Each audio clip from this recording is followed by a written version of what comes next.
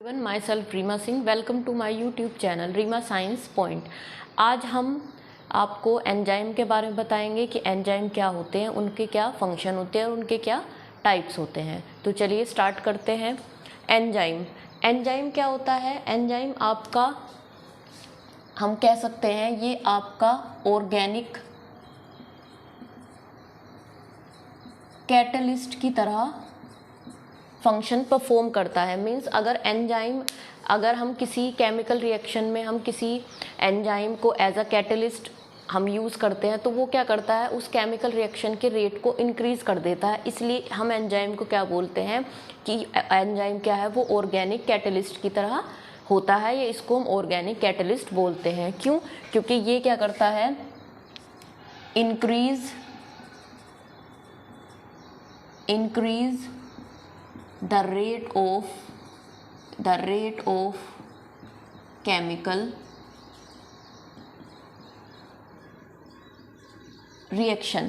Chemical reaction without enzyme भी होती हैं, लेकिन मैंने आपको क्या बताया कि अगर हम किसी भी एंजाइम को इन्वॉल्व करते हैं केमिकल रिएक्शन करवाने के लिए, तो वो क्या करता है, उसकी एक्टिवेशन एनर्जी को बढ़ा देता है, या हम कह सकते हैं कि उसके रेट ऑफ रिएक्शन को बढ़ा देता है, नंबर ऑफ मॉलिक्यूल्स को बढ़ा देता है। ये हम आगे समझेंगे किस तरीके से ये करता है। अभी आपको सिर्फ इतना ध्यान रखना है कि एंजाइम जो होते हैं वो ऑर्गेनिक कैटलिस्ट की तरह परफॉर्म करते हैं। मीन्स वो क्या करते हैं, increase the rate of chemical reaction को क्या करते हैं, उनका रेट इंक्रीज कर देते हैं। उसके बाद मैंने यहाँ पे आपको कुछ पॉइंट्स लिखे हुए हैं, जैसे कि जो एंजाइम टर्म है वो किसने दिया था, कोने ने दिया था, ये आपको ध्यान रखना है। और बुचनर का आपको याद रखना है नाम। ये जो साइंटिस्ट थे, इन्होंने सबसे पहले जो एंजाइम एक्सट्रैक्ट किया था वो फ्रॉम ईस्ट में से किया था, तो ये भी आपको पता होना चाहिए। तो आपको इनका नाम पता होना चाहिए, कोने और बुचनर का। इसके बाद जो एंजाइम होते हैं वो हमारे मोस्टली कैसे होते हैं, एंजाइम हमारे मोस्टली क्या होते हैं, प्रोटीन होते हैं। प्रोटीन में आपको पढ़ा चुकी हूँ। तो एंजाइम भी क्या होते हैं, मोस्टली प्रोटीन होते हैं। मोस्टली प्रोटीन क्यों बोला है, क्योंकि इसमें कुछ एक्सेप्शन है, जैसे कि राइबोन्यूक्लियेज है, ये क्या होते हैं, सम न्यूक्लिक एसिड एंजाइम होते हैं। क्लियर यहाँ तक? अब इसी तरीके से, अब क्योंकि मैंने बोला कि मोस्टली प्रोटीन होते हैं, तो प्रोटीन में क्या होता था कि प्राइमरी, सेकेंडरी और टर्शरी स्ट्रक्चर होती थी। तो इसी तरीके से एंजाइम भी क्या है, आपके प्राइमरी, सेकेंडरी और टर्शरी स्ट्रक्चर को शो करते हैं। और इसमें जो टर्शरी स्ट्रक्चर है वो मैंने आपको बताया था, कॉम्प्लेक्स होती है। और इस तरीके से जब ये बाइंड होती है तो यहाँ पे क्या होता है कि क्या बनाती है, बहुत सारे क्लिफ्ट बनाती है। क्या बनाती है, बहुत सारे क्लिफ्ट बनाती है, या हम कह सकते हैं कि पॉकेट बनाती है।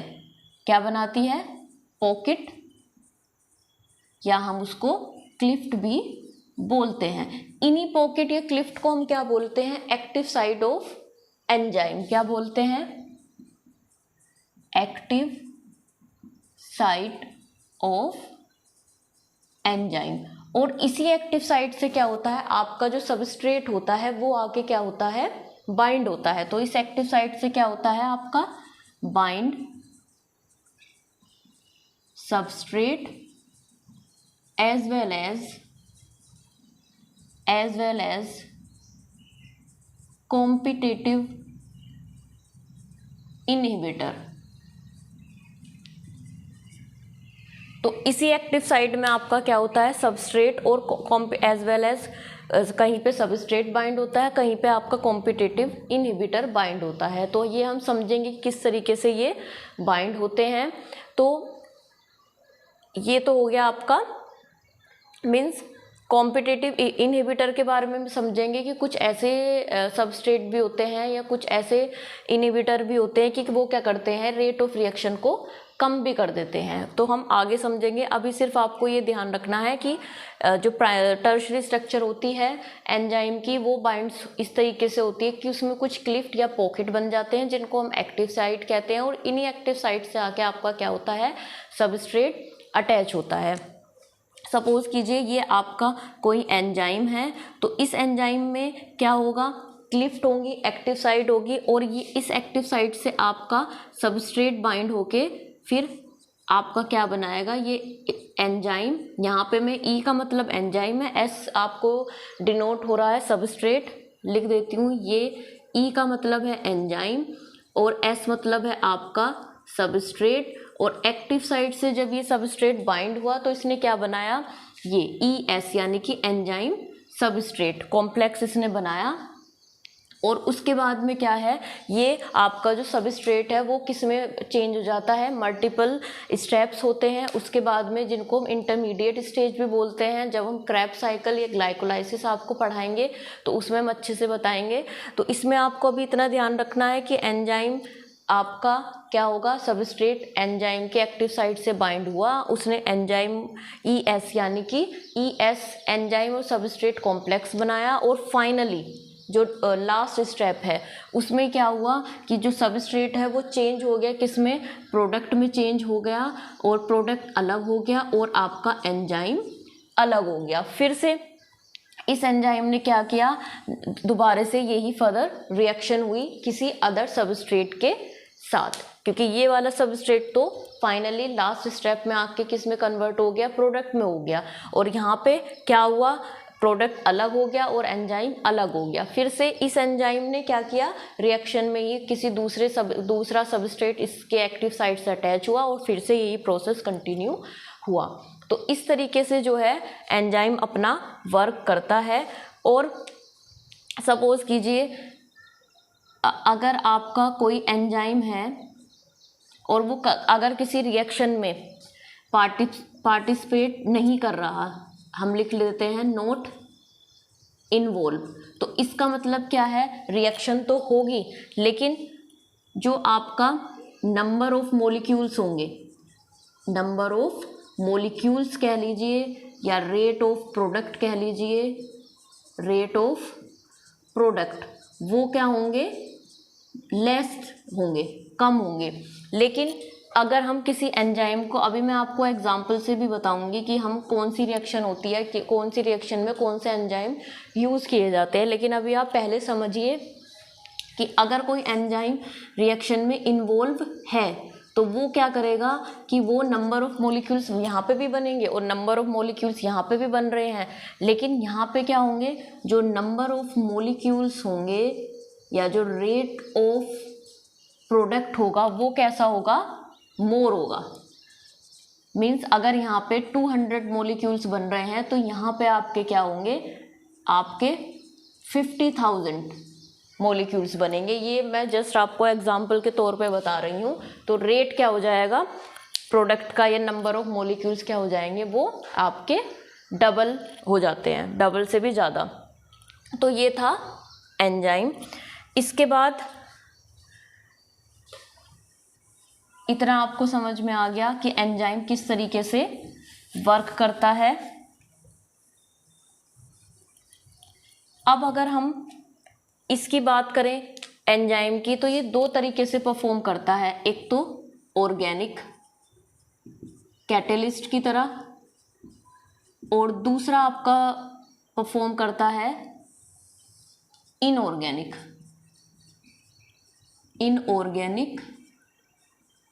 कैटेलिस्ट की तरह।